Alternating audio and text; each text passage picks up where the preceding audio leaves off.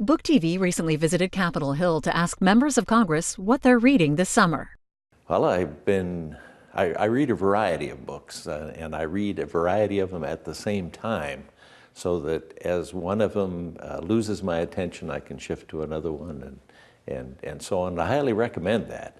People watch TV shows, and they don't have to reread the one they saw, the episode from last week when they do it the next week. So you can skip from book to book and still know where you are pretty quickly. But one of the ones that made quite an impression on me was 3 Days in January by Bret Baier. And it's kind of the life of Eisenhower, but it concentrates on the last 3 days of being President of the United States and the transition over to Kennedy, and the words of advice that he had to the country, which he gave 3 days before the changeover so that it wouldn't interfere with the next administration. And there are just a lot of things in there that are explanations of how he liked to work, how he liked his speeches written, how he rewrote his speeches. There are a lot of speech writers, but sometimes they don't make the speech simple enough for people to understand it, and sometimes they don't make it sticky enough that people will remember it. And he had a knack for doing that. He worked quietly behind the scenes. He didn't allow any of his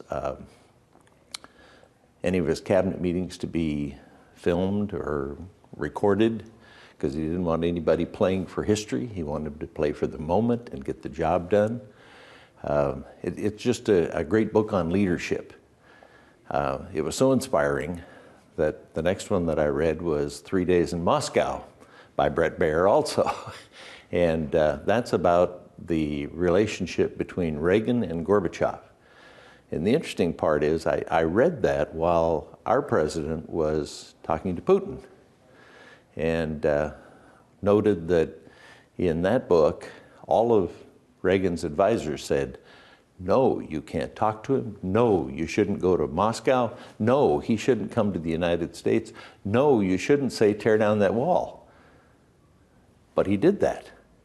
And the wall came down, and the relationship with Russia got better, and they were able to get some treaties out of it that may have saved the world for a while. I also do a book club with my grandson, who will be a 9th grader this year, so we're moving the books up the ladder a little bit. But one that we got started on before was the Rule of Three, which is the story of the day that electricity and batteries quit operating in the world. What would your life be like if there were no batteries? Well, for one thing, any car built after 1975 wouldn't operate. Gas pumps wouldn't work. Watches probably wouldn't work. There'd be shortages of all sorts of things, which can cause little wars. Incidentally, the rule of three is that you can go 3 weeks without food, you can go 3 days without water, and you can go 3 minutes without air. So you've got to be sure you're covering those from a survival standpoint. And the author has now done 2 sequels to that original book. Another one that I do with young people is a book called The Hatchet, but that's got some sequels to it too. And so Bryans Winter is the last one that I went through with my grandson. And The Hatchet, of course, is a boy's going to see his dad in the Canadian wilderness. He's given a hatchet by his mom, and partway up there in this little single-engine plane that's on autopilot, he discovers that the pilot's dead.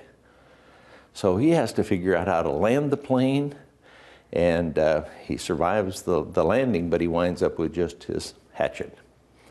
And it's a great story, again, of survival and ingenuity and exploring things carefully.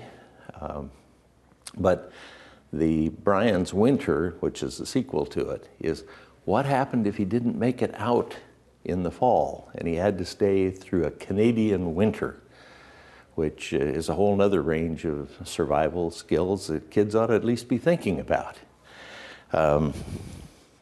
I recently got a book from a Wyoming author that went to school with me. It's called Black Eagle Down by Mike Kazara. And it's a novel about what would happen if they tried to shoot down the president's plane as it came across Wyoming, and he and his family were able to get out in an escape module with bad guys trying to track him down. It's a pretty exciting, again, a survival story, but it acquaints you a little bit with the vastness of Wyoming and the West. C.J. Box is one of my favorite authors. He's from Wyoming, lives near Saratoga now, and just finished his 13th novel with his star of Pickett, who's a game warden, who gets called on by the governor to kind of do undercover stories that they really don't want publicized. But it ties in with a lot of not only the outdoors, but game and fish. And this particular, his newest one called Disappeared, takes place at Saratoga. And it's about the Brush Creek Dude Ranch, where an English matron comes and spends a little time in the summer, and when she drives in her rental car back to Denver, she disappears. And not wanting it to be a big Wyoming controversy, the game warden is called on to find her. And again, a great mystery novel, the 13th of the Pickett series, and he just signed to have that made into a TV series. Now it'll be like Craig Johnson's Sheriff Longmire, which has been made into a TV series. But if you watch the TV series, and I think they're like 73 episodes, you won't find any of those episodes in I think he's up to 18 books now that he's written. And so I would encourage people to read that series too, which again, something I'm doing now. I've done book reports on every book I've read since I graduated from graduate school. But I'm going back and reading some of those books that I remember and was fascinated with. And the second time through even a novel, it's kind of novel because you notice things that you didn't notice the first time when you were trying to find out who did it. And rereading them brings back a lot of detail and enjoyment that I missed the first time. So I'm asking people to reread some of their favorite books. I'm all reading the current book. One of the current books that I'm reading is called Old Filth. And it's about an attorney that was in Hong Kong. And the reason he got nicknamed Filth was it is failed in London, try Hong Kong. He failed as an attorney in London, he went to Hong Kong. So it ties in the East and London and some of their judicial dilemmas. Again, an interesting mystery, but also a lot of character examination and country examination. Just finished Baldacci's Fallen, and I think that's the 5th book in a series that he's done about a person that was a football player that in his first professional game gets blindsided and knocked out and almost killed. And when he comes to, he has a memory of everything that's said, everything that he sees, which kind of drives him nuts.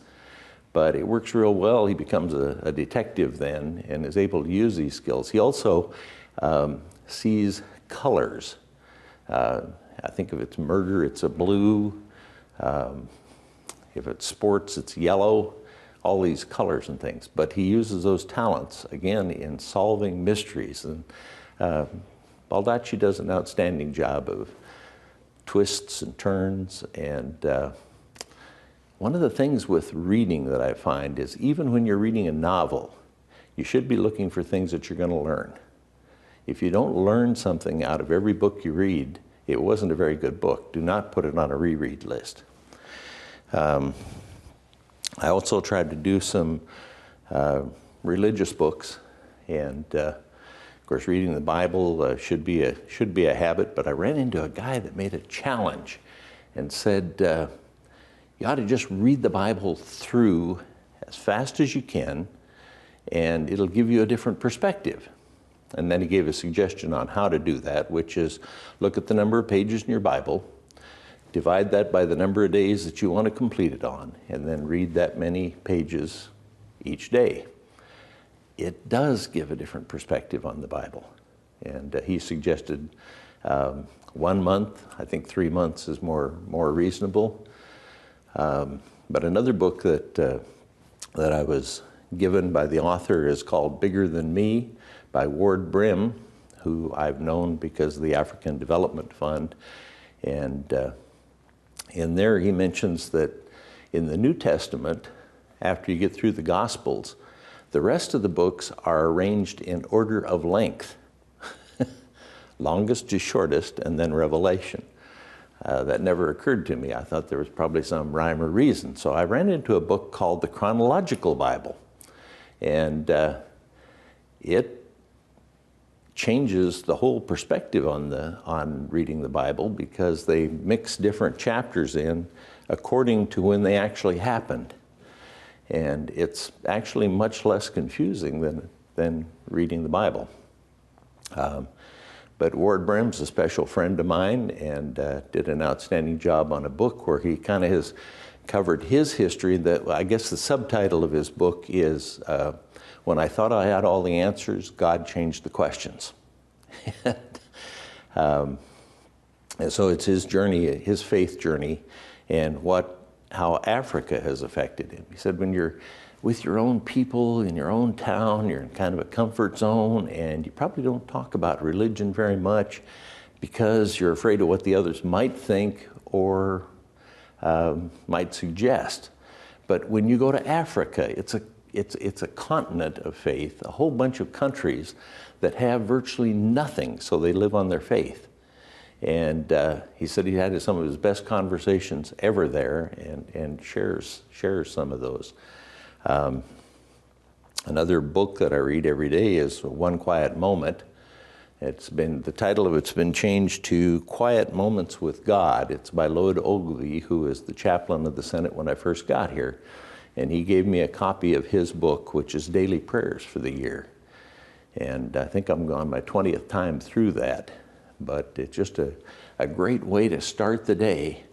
And usually in the prayers, there's a little bit of direction for a person about forgiveness or working with others or being kind to yourself. And that's been a tremendous help to me. So let's see. I've read a lot of other books, but those are some of the ones that kind of stand out from this year, this summer. And looking forward to a lot more reading.